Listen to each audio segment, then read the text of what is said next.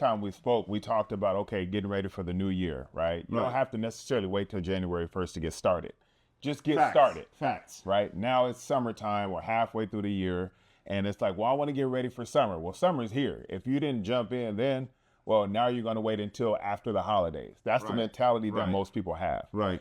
But my thing is like, there's no magic in Mondays. There's no magic in January 1st. There's no magic of getting ready for summertime. Just get started. Right.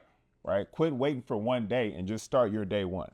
Right? So that's what I want to talk about today, because there's a lot of people who are literally just waiting for that special day, but there is no special day. I agree. Right? Just make it happen. And I've seen some parallels. If we are looking at like YouTube, right? There are people who really would like to become YouTubers or like create content for YouTube. Yeah. But they're waiting for the perfect equipment. They're waiting for the perfect time in their lives. Right. They're waiting for the perfect YouTube studio that they need to build out. And I'm a big believer in taking one step in the right direction every day. Yeah. That's why I, for example, like journal for gratitude. I journal for mindset, right? To just set myself up a little bit every day. And of course, we get it. Life gets busy and life's not easy wherever you may be. This is meant to encourage you and not to tell you, hey, you're lazy and get off the couch.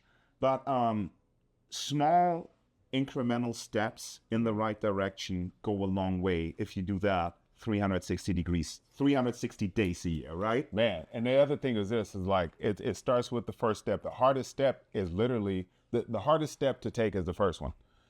I'm going to the gym at 4 a.m., waking up at 2:45. The hardest part is not working out.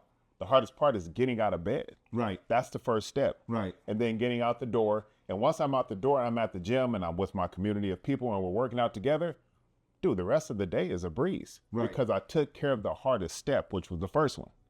So if you can't take care of the first step, how do you expect to take care of everything else? And I feel it. And even that, right? You're saying, hey, I wake up. Okay. All of us wake up, right? But then this thing, I got to go to the gym. It's Monday. And we all have that to a certain extent, but you can reframe this with gratitude, right? I have a gym to go to. I get to wake up another day. I get to wake up another day. There's so many people who are lying on their deathbeds right now who want what you have. Exactly. Who want what we have. Right. Right? And so one thing I wanted to say is I've been in a spot in my life where I worked in a call center. It was extremely challenging for me because I've always had flexibility around my work. Yeah. But after a failed business and a failed marriage, I needed to find employment again that was at least helping me take a step in the right direction. And I wanted to, work in a certain industry, needed to get licenses. Yeah. And so the call center and the opportunity to get licensed for what I do was I'm not saying the easiest way, but was one of the ways that I determined for myself. But waking up to the job and then being motivated to work out is challenging. Yeah. So what I did was I had a system, right? I'm a big systems fan. Yep.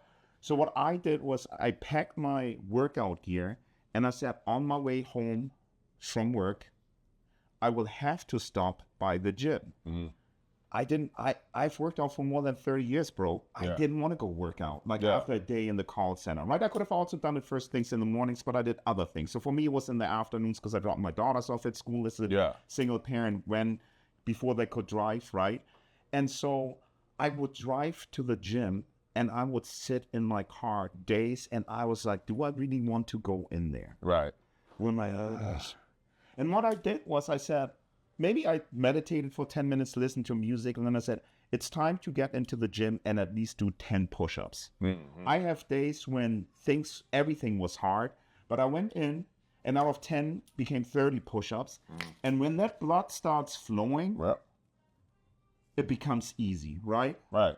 And so I feel like if you are stuck in this thing like, oh, I need to start on that certain day, like Tony pointed out earlier, just take one step in the right direction. Go for that walk, or maybe stop by your gym or your activity of choice that gets you active and give it a whirl, right? Yeah. Going back to what you said in the beginning is like people go, oh, I have to get up in the morning. Oh, I have to go to work on Monday.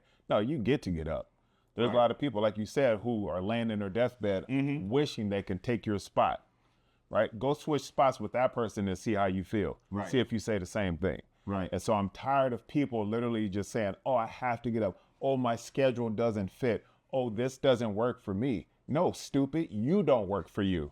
I call people out now. I call people out now Yes. because I'm tired of the sugarcoating, and I'm tired of people Okay. saying, oh, I have to go do this. No, you get to go do this. Look at every single opportunity that you have to do as a blessing. Well, And that's be grateful. That's an interesting point. It's the first time I hear you say you get more direct with people. I'm a believer sometimes you got to move with the carrot, other times with the stick. I'm not saying you should, come with a stick, but sometimes I feel like people need the unvarnished truth. They So do. how has this changed in your approach, and why did you make this change, and how is this helping people? Because being direct with respect helps people. Okay. There's a lot of sugarcoating. There's a lot of, oh, you'll be fine. It's okay. But that person is never taken care of because there's nobody that's being direct with them and saying, here's where you're messing up. But here's the solution to the problem. Right. There's nobody saying that. Okay. How can you tell somebody it's going to be okay Right. and just put a period at the end? What goes on from there?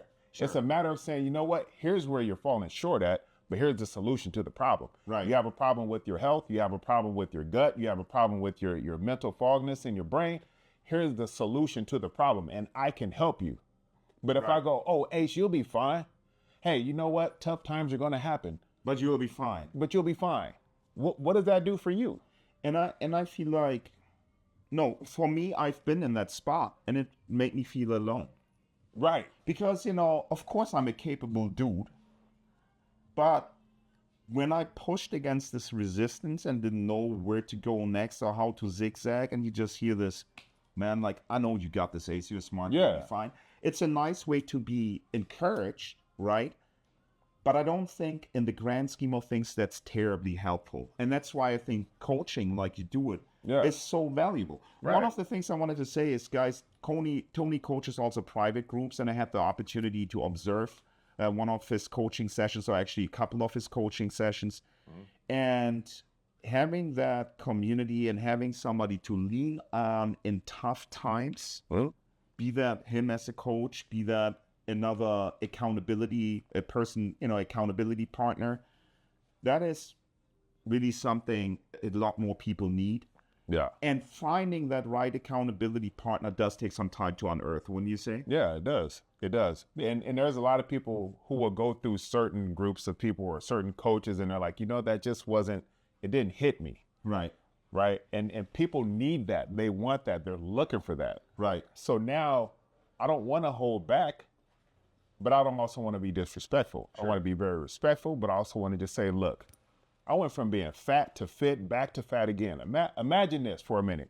Imagine you were 335 pounds, then you lost 80 pounds in a year, you kept it off for 12 years, and then you gained all the way back. Right. How would you feel? Well, like a failure probably. Okay. Right. But then all of a sudden you're like, you know what? I can't live like this for the rest of my life. I have to go back and change.